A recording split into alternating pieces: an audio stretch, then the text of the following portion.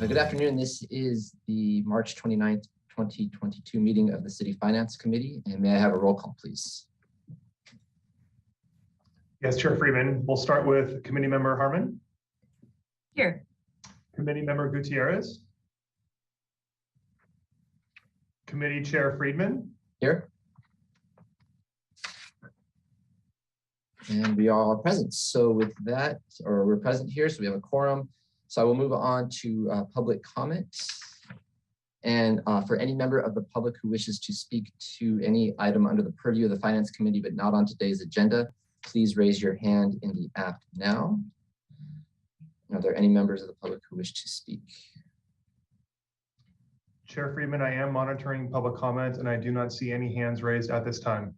Okay, we'll close public comment and now we will get to our presentation, which is the proposed updates to wastewater and solid waste rates for the coming fiscal years. And I will turn that over to who's up first. Is it Mr. Hagemark or Ms. Prentow?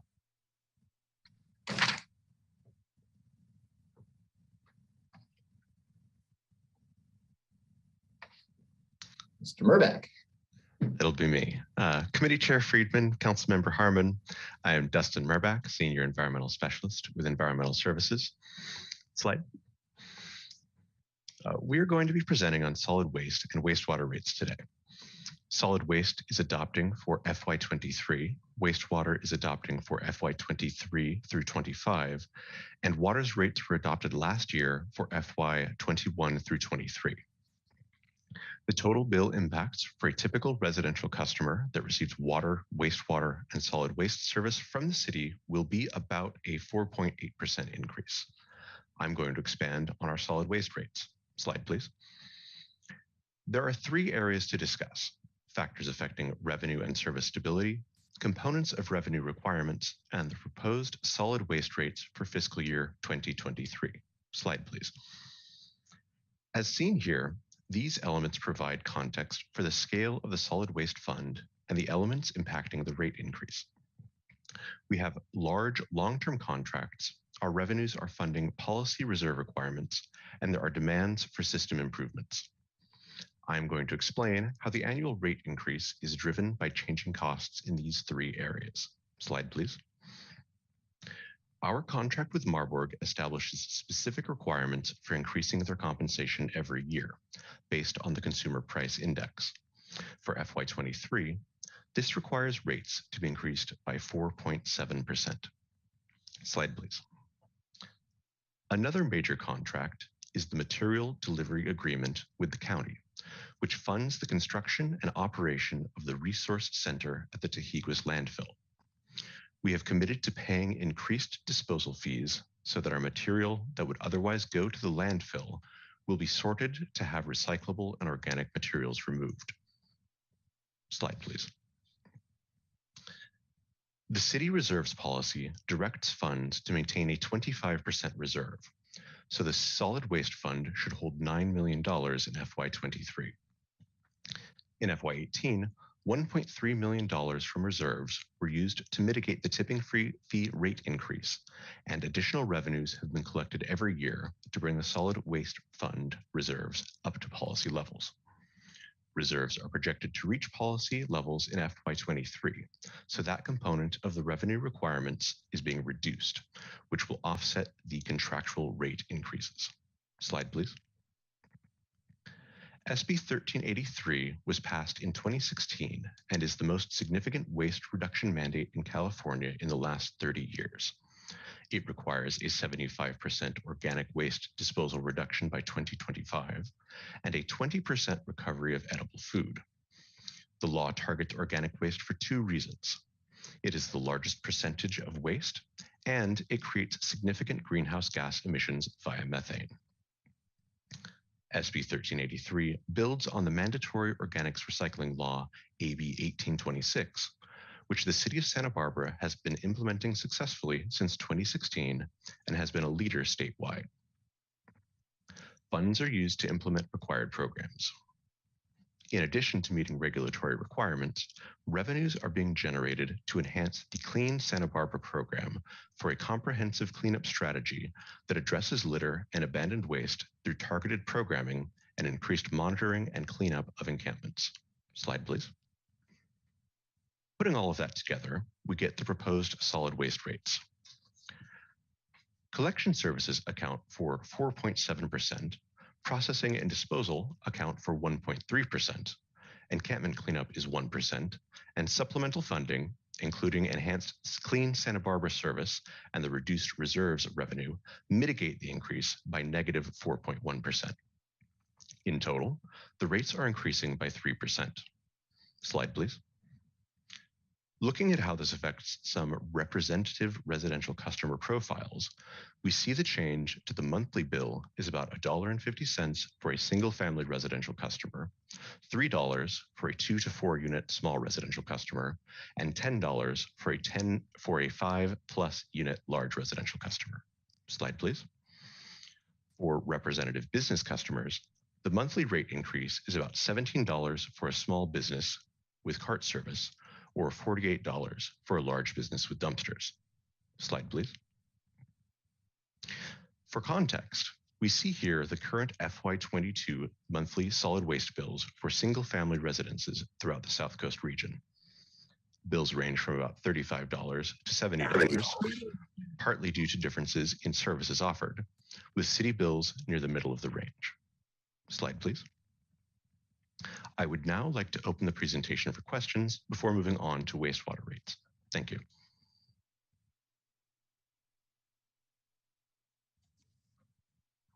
Thank you, Mr. Murback. Are there any questions, Councilmember Harmon? Or Councilmember Curis? No, thank you, Chair. I don't have any. Doesn't appear there's any questions, so we'll go on to the rest of the presentation. Thank you. I'll hand it off to Dana Hoffenberg. Thank you, Mr. Murback. So my name is Dana Hoffenberg. I'm a water resources analyst, and I'm going to be speaking with you today about our proposed wastewater rates for FY23 through FY25. Later in the presentation, I'm going to be introducing Mr. Sean Korn with HDR Engineering, who is the city's expert rate consultant. Next slide, please. So first, I want to just give you an overview of the wastewater system. This is a really key system in terms of protecting the public health and environment. It treats over 2 billion gallons of wastewater per year. It's a really robust system with over 250 miles of sewer mains, over 7 lift stations, over 7,000 access structures such as manholes. And of course, we have our El Estero Water Resource Center. This is the facility that treats all of the city's wastewater. It's also the facility that creates our recycled water that offsets the city's potable water demand. So in looking at this system, active investment is really key to make sure the system is able to operate 24/7, 365. We are looking at a $95 million capital program in the next 20 years. And we're also looking at rehabilitation of about 1% of the city's sewer mains annually. So it's really important that we are proactive in our investment in the system and our maintenance of the system. Next slide, please. So this study is a continuation of our past financial planning practices.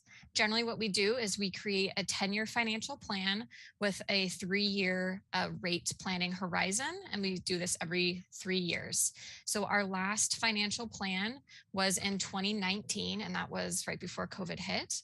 So in that financial plan, we were forecasting rates for the current rate making period of FY23 through 25. So at that time, we were forecasting a needed revenue requirement increase of about 5%. Again, that was before COVID-19, excuse me.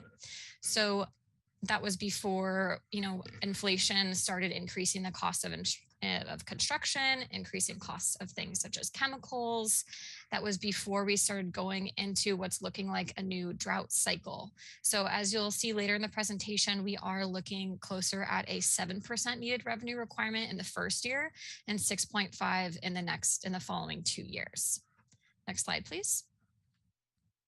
So I wanted to give you an overview of the different times we've had public meetings about this process. So we did touch base with City Council when getting our contract with HDR for the rate study.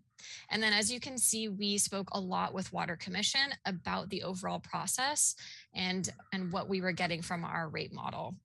We had a particularly important discussion with Water Commission in January, where we touched on some key assumptions of the rate model.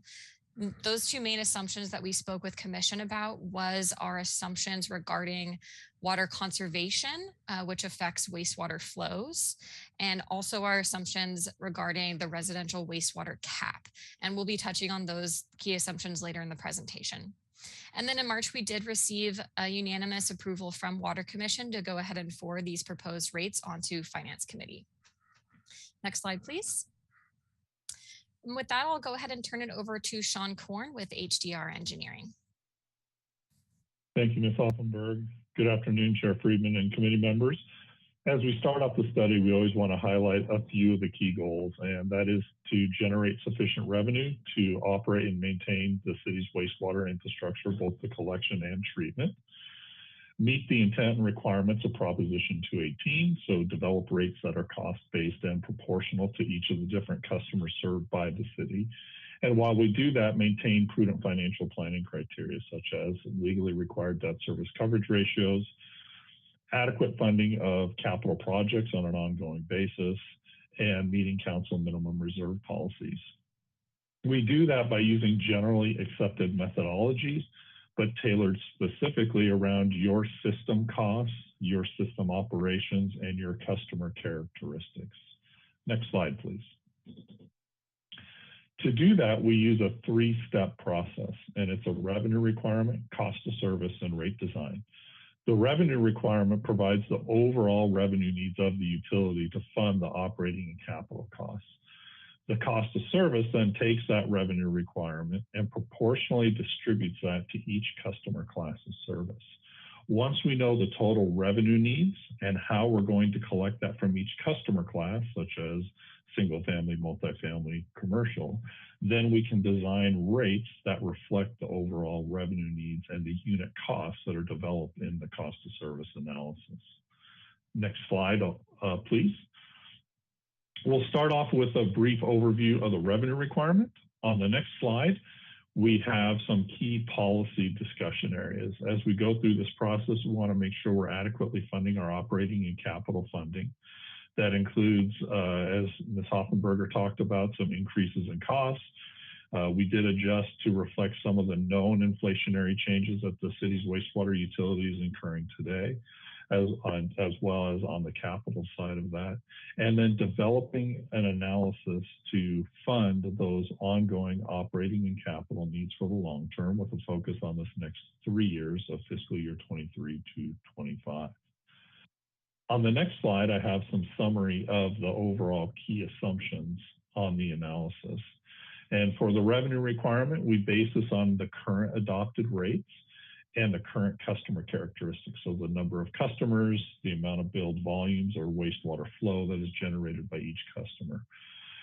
As was mentioned earlier, for single family and multifamily customer classes or the rate structures, we are assuming a 2% conservation, so a reduction of 2% of billed wastewater volumes in each year of the 3-year rate setting period. So it's from fiscal year 2023 through fiscal year 2025. That reflects the changes in consumption we're seeing and what we're estimating and seeing coming from this drought that we're moving into at this point in time. Commercial and commercial high, we've assumed a 0.2 conservation for the 3-year period. So given the wastewater volumes we've seen the last couple of years, the impacts of COVID, we saw a bigger change coming on those single family and multifamily use characteristics. We start with the fiscal year 22 budget and we project that out over a multi-year period. As I mentioned, we did make adjustments for the FY23 budget for O&M for those known changes. After fiscal year 23, we've assumed an annual inflationary increase of approximately 3.5% annually on those O&M expenses. Our capital improvements are based on the overall long-term capital plan that the city has for the wastewater utility.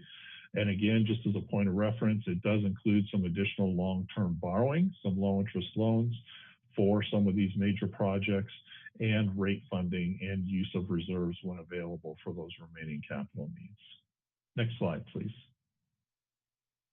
This slide outlines the overall capital needs for the wastewater utility. It starts in fiscal year 2022 and goes out through 2032. Our focus is on fiscal years 23, 24, and 25. So from the left to the second, third, and fourth columns. Those total bars are the total capital improvements in those years. And you'll see a bit of a peak in these next 3 years. That's really based on the funding needs and the capital projects for the El Estero electrical upgrade project and the Bramer lift station. So this overall funding is primarily provided through long-term borrowing. That's the low interest loans. That's the green shaded area of each of those bars, as well as consistent funding, the dark or the bottom part of these charts, annual rate funding. So our overall goal through this study is to continue to maintain prudent renewal and replacement and investment into the system. And for these larger projects, you have the green bar where we're funding that through long-term borrowing, given the cash and rate impacts that would impose on the wastewater utility. The blue bar in the middle in some of these years is the use of reserves to fund those remaining portion of those projects. So as I talked about, the overall revenue needs are made up of the capital and operating components. So on the next slide, we have a summary of each of these components. And again, we have fiscal year 22 through fiscal year 27, the focus being on 23 through 25. Each of these years is made up of annual O&M expenses. That's the dark bottom portion of the bar. The rate funded capital, that's the blue in the middle. That represents the dark blue on the prior slide. Annual debt service is the green, so you'll see that on the top part of the bar, and you may see a little sliver of orange. That's where we're putting money into reserves to use it in the following year for those necessary projects. The dashed line going across the screen is the current revenue projection. So that's taking the current customer characteristics and projecting that out at current rate levels for this time period. So you can see the current revenues do not meet the total expenses, our O&M, our annual debt service, and our rate funded capital component in fiscal years 23, 24, and 25. In order to meet those needs, that line would have to be tipped up with percentage revenue adjustments, and I'll touch on those in a moment. So based on this and talking about our prudent financial planning criteria, we are meeting our overall debt service coverage ratios. We're adequately funding our capital needs on an ongoing basis. And on the next slide, we have a summary of the council minimum reserve policies. And so you can see here fiscal years 22 through 27. The green bar is the ending reserve balance with the recommended rate revenue adjustments. The bars represent the target council policy reserves. So this is very similar to the solid waste discussion, 25% of O&M plus 5% of capital assets. And so you can see how that kind of fluctuates from year to year. We're reaching that in the out years and just slightly above or below it in various different years. Next slide, please. In summary of the revenue requirement, as was mentioned at the start of the presentation, we're recommending revenue adjustments of 7% in fiscal year 23, 6.5% in fiscal year 24 and 25. Now that overall adjustment is made up of 4 key components. So on average over this 3-year period, there's an inflationary increase of approximately 3%, capital improvement costs of approximately 2%, the drought impact, so that 2% conservation savings that we built into this of approximately 1%. And then the funding of annual debt service and maintaining reserves is 1%. So that kind of averages out over those 3-year periods. Based on that, the average single family bill using 9 HCF or 100 cubic feet, it's the typical single family customer, that current bill is $56.07. You can see that increases over the time frame, and on the bottom you'll see that monthly dollar change. The difference in fiscal year 24 is that we're recommending a slight change to the rate structure, and I'll talk about that here in a few moments. Next slide, please. Once we know our overall revenue requirement or the amount of revenue, then we go through the cost of service process, which equitably allocates and proportionally distributes these costs to each of the customer classes of service. And what this is based on is why you incur the cost. And on a wastewater side, it's incurred based on volume or the amount of wastewater that's generated by each customer class, the strength of that wastewater or how hard or costly it is to treat that, or a customer related cost. So for each customer class, we look at those different components and we develop a distribution factor based on their proportional share. So as an example, on the volume side, if residential is 50% of the total volumes going to the wastewater treatment plant, they are distributed 50% of those volume related costs. We do that for the volume, the strength, which on the commercial and commercial high, those are higher strength. So they're putting nastier items down the drain, and it takes longer to treat. It is harder to treat. And so there's an additional cost associated with that.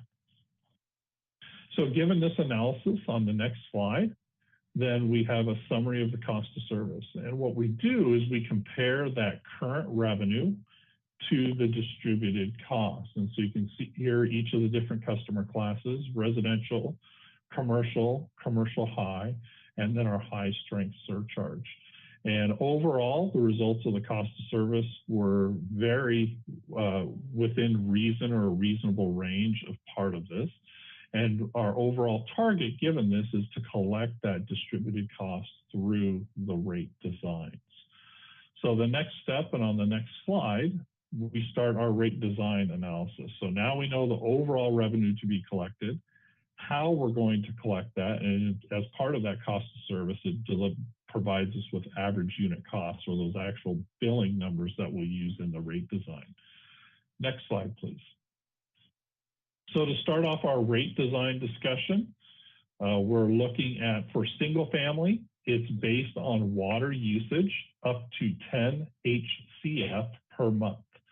And that essentially imposes a cap on the amount of wastewater that's billed, with the assumption that water use over that 10 is not going into the wastewater system. It's outdoor use, it's irrigation use on the lawn, et cetera.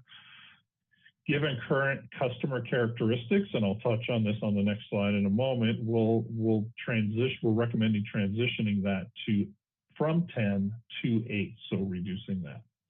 On the multifamily, there's two groups, 2 to 4 units. It's based on up to 10 HCF as well. Given a review of the data, we're recommending eliminating that cap. As you review the multifamily use for 2 to 4 units, it is below that 10 cap in place today, and actually does not vary much at all over the course of the year on a monthly basis. There's not a lot of differential between the winter use and the summer use. We actually looked at this during the wastewater rate study 3 years ago. We carried it forward into this study to look at additional data and information, and coming back with the recommendation of removing that cap for this customer group. For the larger multifamily, 5+ units, it's based on water use with no cap, and we're recommending no changes. And non-residential is based on water usage with no cap, and we're recommending no change to that. However, we are recommending a recalibration or an update to the minimum bill calculation. On the next slide, I have some information that we looked at as we are recommending the reduction of the billing cap for single family from 10 HCF to 8. This includes data from September 2010 through March 2022. You'll see the data kind of drop off down in around the 2014-2015 time period, and it stayed relatively at that level over the time frame. So given this use, average use, this is the 12-month average residential gallon per capita per day, then this gives you an idea of the overall reduction in volumes and water use we've seen from the single family customers. So just a little bit of a background information on the recommendation to reduce from 10 HCF to 8 HCF.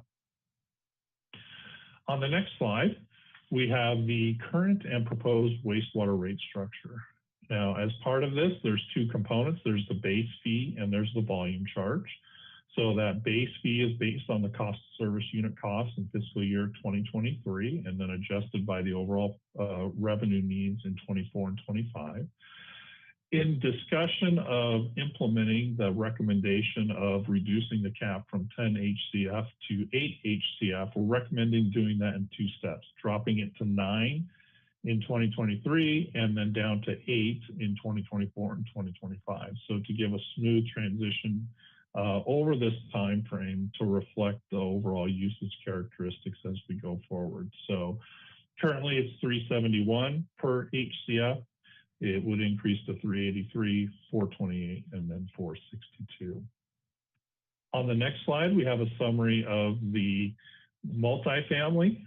Again, same base charge per dwelling unit, and then a volume charge, which is the same as residential. Again, the recommendation for the 1 to 4 dwelling units, the smaller multifamily, we're recommending eliminating the 10 HCF cap, and a 5+ we would maintain at that current level. So the rates are the same for those customer classes, and there would be no cap if adopted by the City Council based on this recommendation.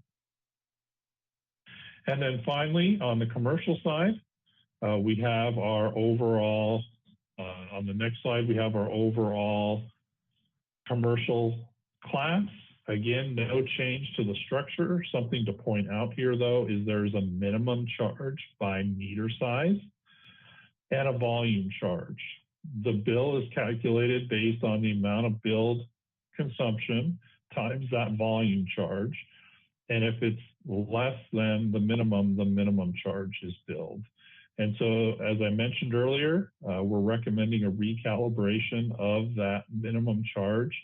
We're recommending carrying that into 2024, skipping a year, maintaining the current structure, and moving into fiscal year 2024 with that adjustment, and then carrying on the rate adjustments into 2025. On the next slide, we have our commercial high customer class of service, same rate structure, a minimum bill and a volume charge. So it's the greater of the minimum bill or that volume charge for these customers as well. And the same recommendation to adjust or recalibrate that minimum charge in 2024, again, to give these customers time to transition as we go forward. On the next slide is the final customer class. This is our high strength surcharge. This is based on the amount of strength for BOD, biochemical oxygen demand, TSS, total suspended solids, and ammonia. And as we go through the cost of service, we outline those specific costs related to treating these strength constituents. Now, these costs were impacted by the increase in chemical costs that the city's been seeing over the last year or so as part of this. And this is calculated on a per pound basis. So you can see the BOD changes very minimally, but our TSS and our ammonia increase over the course of these 3 years a little bit greater. That's based on how and why the city incurs these costs at El Estero to treat this higher strength wastewater. And I will turn this back over to Ms. Hoffenberg to summarize the presentation for you all. Thank you, Mr. Korn. So I wanted to talk about what this actually looks like in terms of actual customer bill impacts. So here we have a comparison of the city's proposed wastewater bill for a low water using and a low discharging single family residential customer. So the dark blue bar is the city's proposed rates with our proposed rate increases. The light blue bars are some of our neighboring agencies. Something to note though, our neighboring agencies haven't posted or calculated their proposed rate increases yet. So this is comparing the city's proposed new rates with existing rates of our neighbors. So it's very possible that our neighbors will also be increasing their rates. That's just not reflected here at this time. So you can see the city of Santa Barbara, even with our proposed rate increases, is still the cheapest among our neighboring agencies for a low discharger. Next slide, please. This is looking at an average bill compared to neighboring agencies for a more average single family residential customer. So this is someone who uses 9 HCF. Again, something to note is that our neighboring agencies, you'll see the bars actually didn't move at all. And that is because our neighbor agencies have a fixed annual rate. So it's not at all based on how much water and how much wastewater is actually being discharged. Unlike the city's rates, our customers do actually have some ability to control their wastewater bill by, reducing their water usage. They are generally able to reduce their wastewater bill as well. So again, here's the city's proposed rates compared against our neighboring agencies' existing rates without any proposed changes. So again, we're right in the middle of the pack there. Next slide, please. This is looking at a total bill impacts for a typical city utility customer. This is a total inclusive bill looking at a full service property that would have city water service, wastewater service, and trash and recycling service. This is also including tax as well. So this is completely all charges that a customer could see on their bill. It is a typical customer that would use on average 9 HCF, have a 65-gallon trash, green waste, and recycling one time a week. The total bill difference is a little less than $12, would be $11.60 a month. And so the total change to the utility bill is coming in at around 4.8%. Next slide, please. An overview of the project schedule. So if the committee were to approve staff recommendations today, staff would send out a notice of public hearing to all of our wastewater and trash and recycling customers, noticing them of the public hearing that we would be having later in June. In May, Wastewater is planning on holding a public webinar just for an informational session for our customers to learn more about the rates and ask any questions they have. We're hoping to schedule the public hearing for the rate changes on June 14th, and then the rates would become effective July 1st. Next slide, please. Recommendations for today. We already completed number 1 to receive a presentation. The second recommendation is to set a public hearing date for June 14th for the changes to the wastewater rates and solid waste rates. And then finally, to direct staff to send a notice of public hearing to our customers regarding the public hearing and the proposed changes to our rates. Next slide, please. And with that, I'm happy to answer any questions. Thank you, Ms. Hoffenberg. So are there any questions from my colleagues? Not hearing any, I will open it up for public comment. Are there any members of the public who wish to speak to this item? Please raise your hand in the app now. Chair Friedman, I'm monitoring public comment as well. I'm not seeing any hands raised at this time. I will close public comment. And so just to be brief, I'll open up for comments. I'll just start off. I want to thank presentations today. Mr. Korn, always good to see you. When we have these presentations, they're very thorough. And I just want to say, it's never a good time to raise rates, but at the same time, these services, especially solid waste and wastewater, are 2 of the most essential services that we have in a community for a lot of reasons. And there is significant capital investment that's needed to go into both of these systems. And one thing with the solid waste rates is that I think it shows that if you delay costs, and then you have to make those up in future years. So there's actually a greater spike down the line. You might delay it, but you ultimately do have to catch up.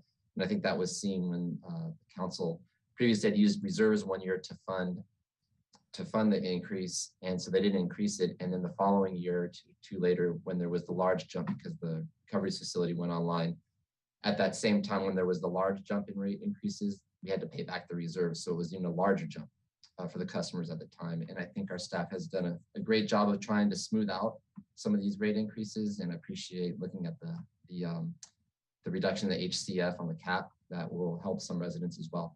And that we do have flexibility within our system as compared to others that has volumetrics, so you can try to control that. So just want to pass those comments along. And with that, I see Councilmember Gutierrez, if I could get a motion to move the staff recommendation. And if you have any comments. Yes. No comments at this time. Just want to thank city staff, and I would like to make the motion to move staff recommendation. I will second. Councilmember Harmon did have another conflict, so she's unfortunately not here right now. So if I could get a roll call, please. Yes, Chair Friedman. So the motion is to move staff's recommendation. Motion was made by Committee Member Gutierrez. So Committee Member Gutierrez, Yes. Committee Member Harmon is absent. Committee Chair Friedman, Yes. the motion passes 2-0 with Committee Harmon absent. Thank you. Great, and thank you. That concludes our Finance Committee agenda, and we will see you at the next meeting. Thank you.